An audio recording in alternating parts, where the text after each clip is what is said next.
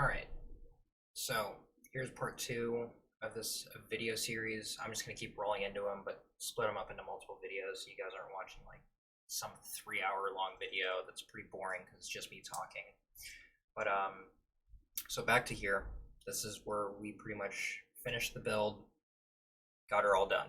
So from here, what did we end up doing?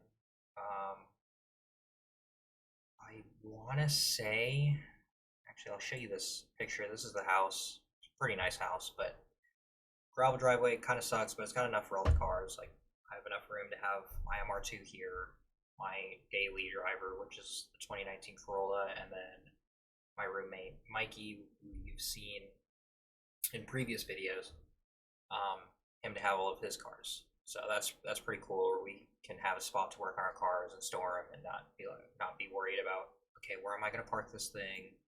What am I going to do? Like, but yeah, so I find the picture. So pretty much from here, we, took us a little bit. I want to say about a week and a half, 2 weeks, get settled into the house. Did end up getting this done, which was got my intercooler mounted set up, which it's kind of jank in here. That's why we're getting it redone, because this was just some mismatched piping that I had that my buddy gave me because he had it laying around. So yeah, got the intercooler mounted up, pretty much started reassembling the front end. So these are the new fenders. I'm not sure if there's too much stuff on those, but they're straighter than the old bacon ones from the drift event. But so pretty much from here, we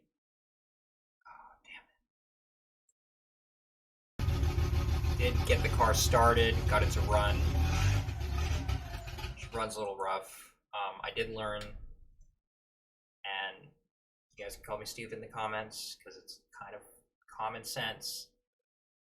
When a car runs on something like 198cc injectors, throwing 550s in, stock tune, nothing to manage it, it's not a good idea. Don't do it.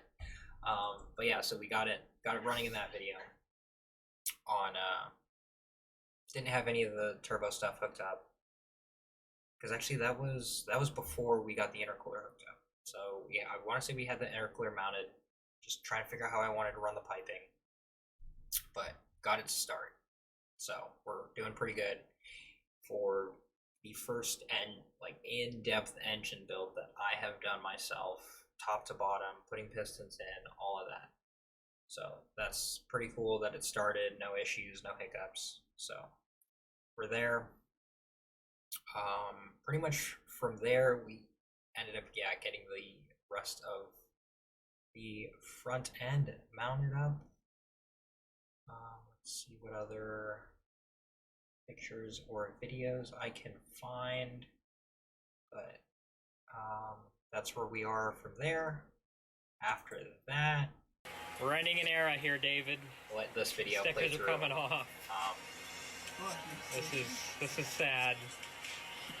3 years. 3 years. I did end up pulling off all my old stickers, pretty much starting the car from scratch, because it was given a new life with this engine built by me. So got all that put together, stickers done. That also, in that process, I did start doing the sanding process. I don't know if I have a picture of it or a video somewhere, but I also did, so you can see in this little side view, this side molding right here, I did end up shaving it completely off the body, which is a lot of work, but I think it looks great. So it was pretty much 5 days of laying Bondo and sanding the car, laying Bondo and sanding the car, pretty much getting it prepped to go. We were kind of on a time crunch because I wanted to get this thing painted, and my buddy Kevin, who paints cars, I'm not sure if you guys have, if he's ever been in any of the videos, but he helped me out on a lot of stuff. But there was only like one full day that he could paint the car, and I wanted to get this done ASAP, timeline-wise, just to get a couple things. Here's another video, but yeah, you can see the Bondo from us laying Bondo, and then we'd sand it smooth, make sure there's no Yeah, there were no bumps, nothing. It was all smooth along with the rest of the body. So we went ahead and did that, and then masked off all the chrome, everything I didn't want painted, and then from there, actually, don't know if the picture is in here or if I still have to pull it off my phone, but first time the car moved on its own power was pretty much right here. So moved it. We pretty much made this pop-up spray tent under our carport, which for brand new neighbors, it kind of looked sketchy on our end because it kind of looked like we were about to start making drugs or something. But so rolled the car out of the garage right into the right of our makeshift paint booth. So rolled it out there. It was pretty cool. Ooh, do not want to show that. But yeah, so got it there. I just used rattle can primer. So that's what I used. Rattle can primer. Unless you're really picky on paint, which I'm not, it'll do. So went ahead and primed it, pulled it out of the spray booth, washed it, wet sanded it, made sure everything was scuffed up, ready to accept paint. Hop into, this video is right after I sprayed it, so, which looks pretty good. You can see right there how, you can see a couple divots there, but how smooth and clean shaving the body on these really is. Like, it cleans it up so much, gives you a little bit more surface area to work with. But from there, I don't know if this is a video, but so this is after we painted it. This is, we had to respray the trunk because it had a few issues, but so there's that. There's Kevin's Instagram. If anyone cares to follow him, I would recommend following him because he's a really cool dude. But yeah, he's the one who sprayed the car. He used to spray cars when he lived out in Guam. Which the white turned out awesome. The cost of paint wasn't too expensive. I think it came out to $700, but that's for a full 2-stage. So about a gallon of color, which I didn't cheap out. So I actually got a decent brand of paint. I want to say maybe a half gallon to a gallon of clear coat because we did lay a couple layers of clear coat on there just to make sure that it was good. But so got clear coat on there, good paint, and then I borrowed the air compressor from my buddy Nick, which hopefully he'll be in a video soon here or something whenever he's at the house, or we go hang out with him. Borrowed his air compressor and went and bought a $30 Harbor Freight gun. And this is coming from my buddy who is a painter, Kevin. He used to paint cars, use really nice, spray guns. He said for $30, it is a pretty damn good gun.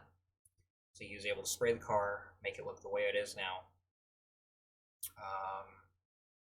Rolling forward,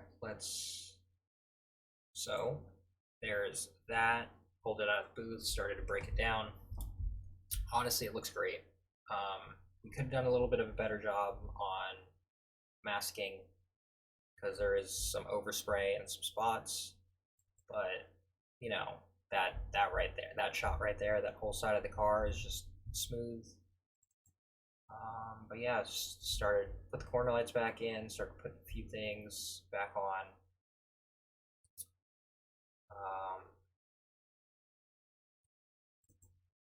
There's that picture. And then even though you guys have already you can already see it in my stream background right there, but somewhere along the way I realized, okay, I have a little bit extra money. So I found this guy on Instagram. If you want just any livery in general, whether it's an anime Utasha or just a race car livery, I'd hit him up. Hit up livery delivery. But yeah, so my logo placement is a little bit different from his rendering. But that's okay. It's all to perspective. Either way, it still pulled off the same look that he had designed. But I had this designed, and then so I had it designed, finished the design, had it sent off to No Days Off. He actually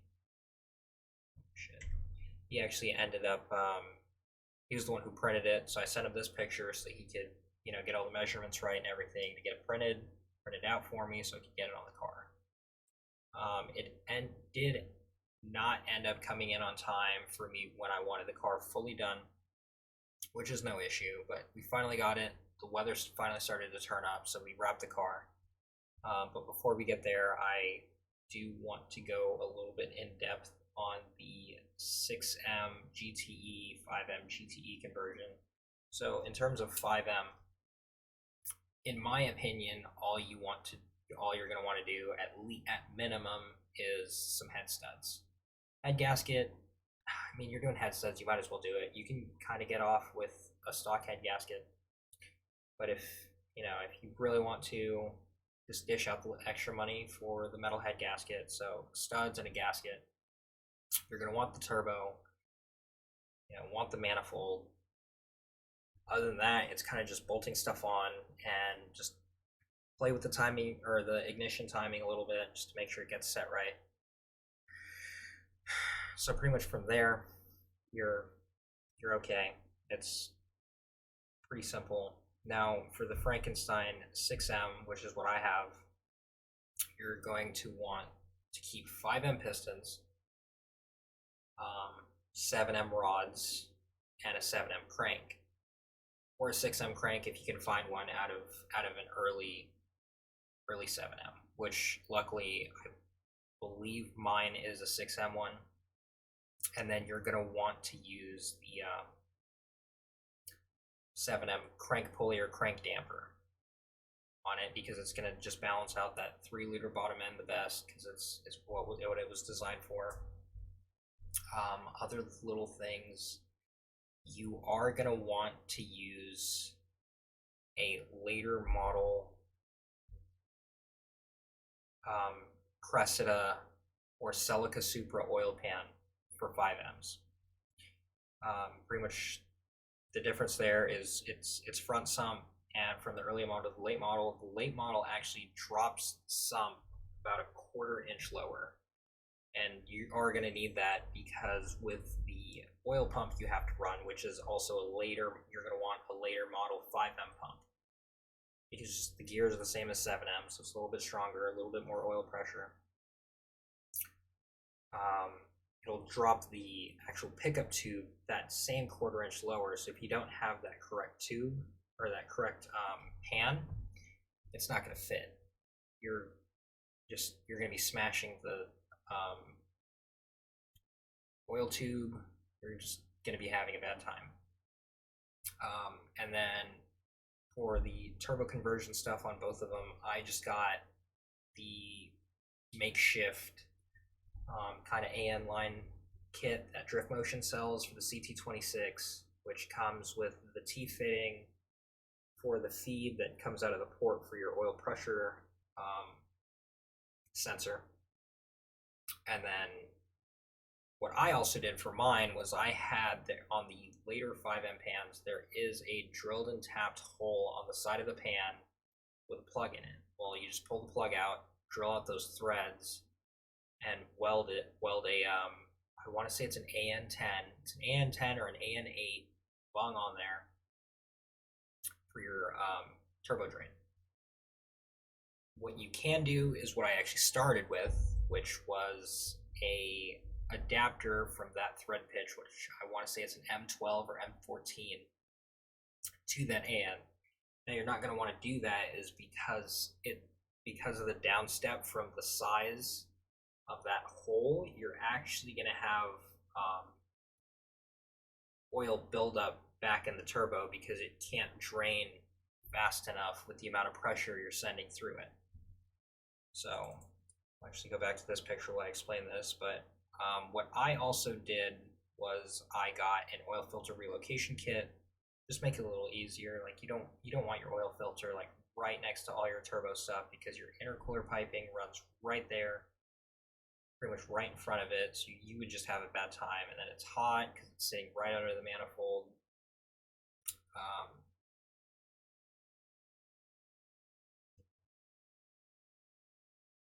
But yeah, so there's that. What I also did end up doing was doing excessive manufacturing's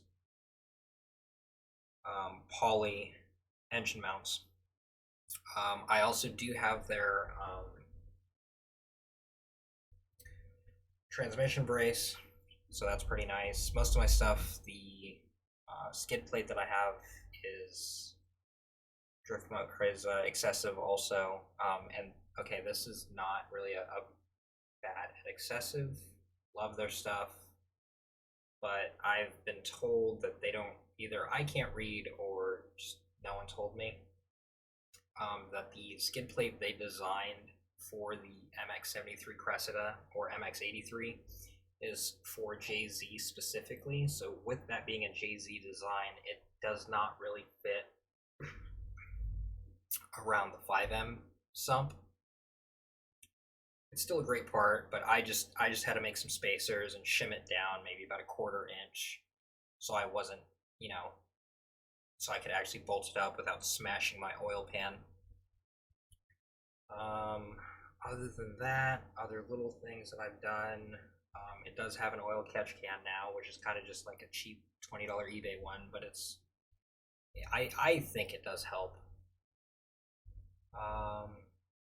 Other little things, got a glow shift boost gauge in the car, which I got from my old roommate for pretty cheap because he had a spare one. So I've got that, so I can tell what boost, where I'm at in boost. Also got an AEM wideband gauge off of them. I want to say for free because it was missing the wideband sensor, which the wideband sensor I want to say was like $100. So I just got another wideband sensor, had that. So that whole side is ready to go. I don't know if I have a picture of it, but the exhaust on the car, well, I guess not the whole exhaust anymore because I had to have it modified, but the 2 mufflers in the car are true HKS mufflers. So it's got an HKS exhaust, HKS mufflers. The exhaust was also built by Crystal Fab. If you are in the Kitsap County area or just the Pacific Northwest and you want fabrication done, he is a great person to go to. He will kind of talk you through things that, he wants, what you want and how he wants to do it. So he's really cool. He's not going to overcharge you. Like, he'll be really reasonable. He helped me out with a bunch of stuff. But from there, man, I am forgetting where we're at. But so the Cressida was painted white. Got it all there. I want to say that's kind of where I want to leave it. I'll just take this little bit of time to go over the things that I want to get for the car / need to. My aftermarket Tentrons, they are on the way. Just waiting on those to come in. Shout out to Moonlight Runners. They make the front valence piece that also doubles as a shin spoiler. I need to get a hold of them again to get one of those ordered so I can get that painted. I need to also stop being lazy and order my hood vent because I do want to combat some of the heat in the car. Or the heat in the engine bay from adding the turbo and everything. Other than there really is not much left that I'd want to do for this car functionally. There are things that I want to do in the interior because these 6-speed seats, they're okay, but they're not the best. They do flex a little bit. They're not that comfortable. So I do want to get new bucket seats for the car. New bucket seats, new harnesses, potentially getting a new steering wheel. Just there's a bunch of stuff. At some point, the car will get either just a harness bar so I can mount these properly, or we will we'll mount up, or just do a half cage in the back. Either or will work. I really want to say that I don't want to overbuild this car. or I don't like overbuilding cars, but at the same time, it kind of is already overbuilt. Like, I have a turbo engine, even though it's making only 300 horsepower. But, you know, I have just about everything you can do to Cressida from my standpoint, like just bolt-ons without modifying the car or modifying the chassis. Everything you can do. But so that's why I'm kind of thinking to go more towards just the harness bar and not a full half cage until I'm, you know, at that point comfortable with drifting to the point where, yeah, I can throw a half cage in it to, you know, just be a little safer and maybe do tandems with my friends. But until we get to that point, I think just the harness bar to get me legal to go on track again is all I'll need. But I think I'm gonna leave this there. So this is part 2 of the Cressida series that I'm gonna do, or that I'm in the process of doing. I hope you guys like this one too. Once again, if you guys have questions, anything else you want to see dive in on with the build or anything else, let me know in the comments. But yeah, I think it's a lot of people overestimate, you know, trying to turbo the 5M. You don't really, everyone says, oh, it's not worth it, it's not worth it. But in reality, what, I maybe, like, without stripping down the long block and building the engine, I maybe a couple $100 in parts, because you can get either just get like a OEM replacement CT26 to bolt on and some manifold, just bolt it on, get just put head studs in it, and you know, you're okay. You're running around in a turbo Cressida. It makes all the cool noises you want, does what you want it to do. You know, it'll take the boost pretty reasonably.